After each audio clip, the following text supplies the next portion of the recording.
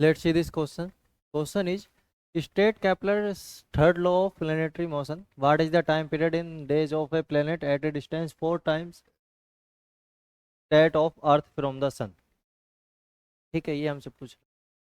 तो केपलर ने planetary motion के रिगार्डिंग 3 लॉ दिए थे। एक लॉ था ऑर्बिट के रिगार्डिंग, दूसरा था एरिया के रिगार्डिंग के जो डिस्टेंस है सन और प्लेनेट के बीच की, स्टार और प्लेनेट के बीच की, वो इक्वल टाइम में इक्वल एरिया स्वैप करती है। ठीक है।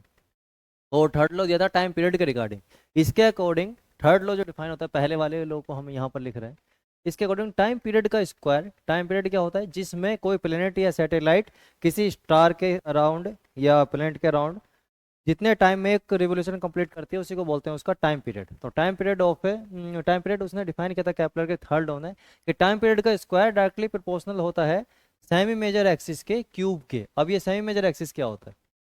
सर्कल आपने देखा होगा। ठीक है, सर्कल को यहाँ से पकड़ के, ये ए और बी पॉइंट है, इसको इस तरह से कर दो तो वो क्या बन जाता है, इलिप्स बन जाता है। ये इस तरह से बन जाएगा, इधर भी खींच दो और इधर भी खींच दो तो ये कुछ इस तरह से बन जाएगा। ठीक है, तो ये इलिप्स बन गया। पहले इसकी जो डिस्टेंस थी सरफेस से वो इक्वल थी, मतलब रेडियस, ये भी रेडियस आर थी, ये भी आर थी, सब चीज़ सब जगह क्या थी, सेम ही डिस्टेंस थी आर।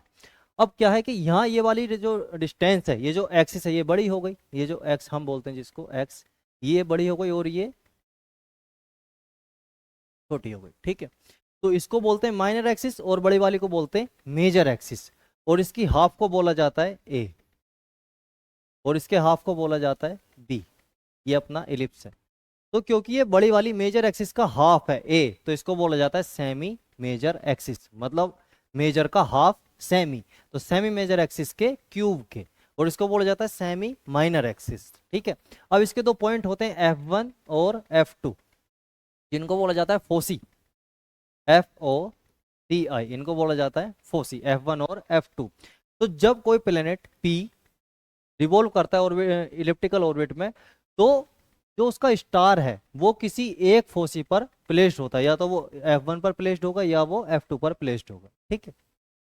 हाँ, तो ये फोसी F1 F2 जहां पर स्टार किसी एक पॉइंट पर F1 पर या F2 पर प्लेस्ड होगा और एक प्लेनेट उसके चारों तरफ इलिप्टिकल ऑर्बिट में रिवॉल्व कर रहा होगा।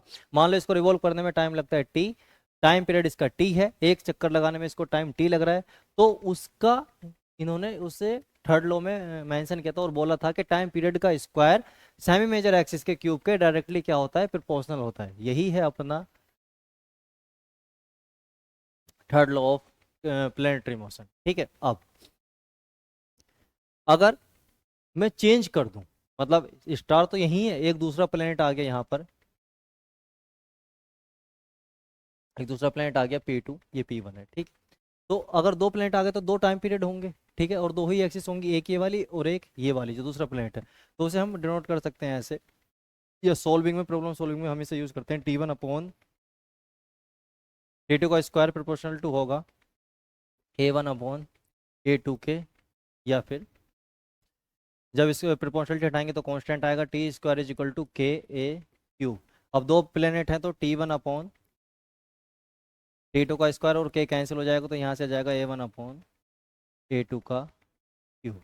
ठीक है, तो इस रिलेशन को यूज करके हम सेकंड वाला पार्ट सोल्व करेंगे। यहाँ पर लिख देता हूँ मैं, third law time time period का स्क्वायर डायरेक्टली प्रोपोर्शनल होता है सेमी मेजर एक्सिस के क्यूब के। टी है टाइम पीरियड और ए है सेमी मेजर एक्सिस।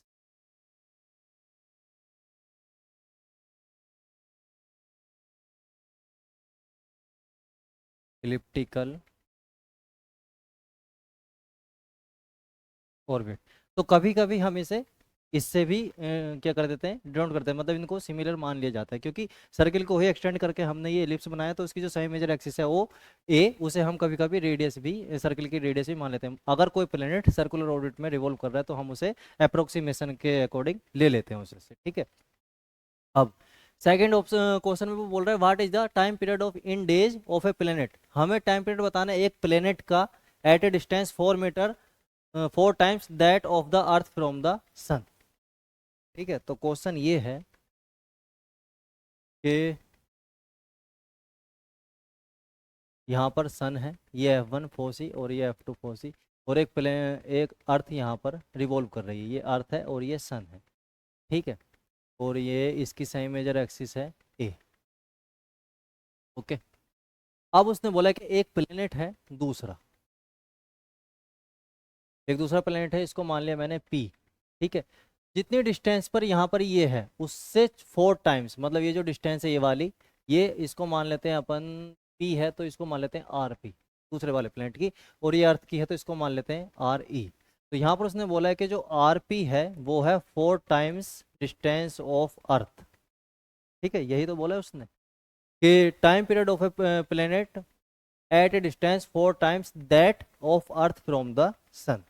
तो वही मैंने यहाँ पर लिख दिया मैथमेटिकल फॉर्म में। ठीक है, अब टाइम पीरियड हमें बताना है, तो टाइम पीरियड कैलकुलेट करने के लिए T2/T1 का स्क्वायर इज इक्वल टू आ जाएगा A2/A1 का क्यूब।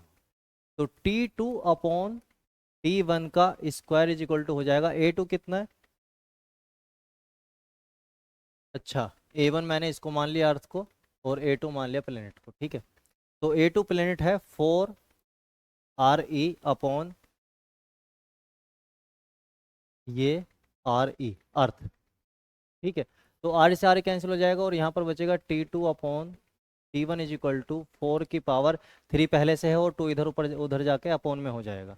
तो T2/T1 और ये अपॉन 1/2 क्या है, स्क्वायर रूट है, तो ये आ जाएगा 2, और 2 की पावर कितनी रह जाएगी यहाँ पर 3, जिसकी वैल्यू हो जाएगी 2 × 2 × 2 मतलब 8।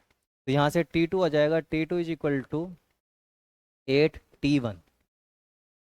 ठीक है, अर्थ का टाइम पीरियड कितना होता है, सन का चक्कर लगाने में कितना टाइम लगता है उसको, 1 साल। तो यहाँ पर हम लिख देंगे T2 is equal to 8 × 1 year, या T2 इज इक्वल टू हो जाएगा 8 ईयर। और 8 ईयर में कितने दिन होते हैं, इसे अगर और मोर कैलकुलेट करना हो तो 365 से मल्टीप्लाई कर देना, आंसर आ जाएगा। ये डेज में है और ये ईयर्स में, यही हमसे उसने पूछा था।